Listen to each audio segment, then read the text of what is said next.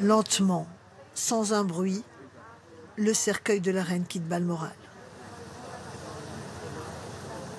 Recouvert d'un drapeau jaune orné d'un lion rouge, symbole de la monarchie en Écosse, et d'une simple couronne de fleurs blanches. La reine entame son dernier voyage. À une vingtaine de kilomètres, dans le petit village de Ballater, la foule massée contre les barrières se fige. Le silence des habitants est total lorsque le cercueil de la reine défile sous leurs yeux. Dans ce village où elle aimait se promener en toute simplicité, les habitants la croisaient souvent accompagnée de son majordome, discrète et souriante. Ici, c'est en voisin que tous sont venus lui dire adieu.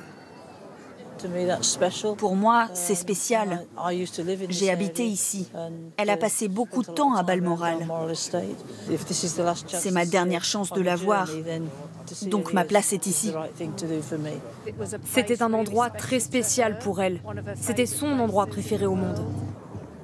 D'autres sont venus de très loin pour être au plus près du cortège.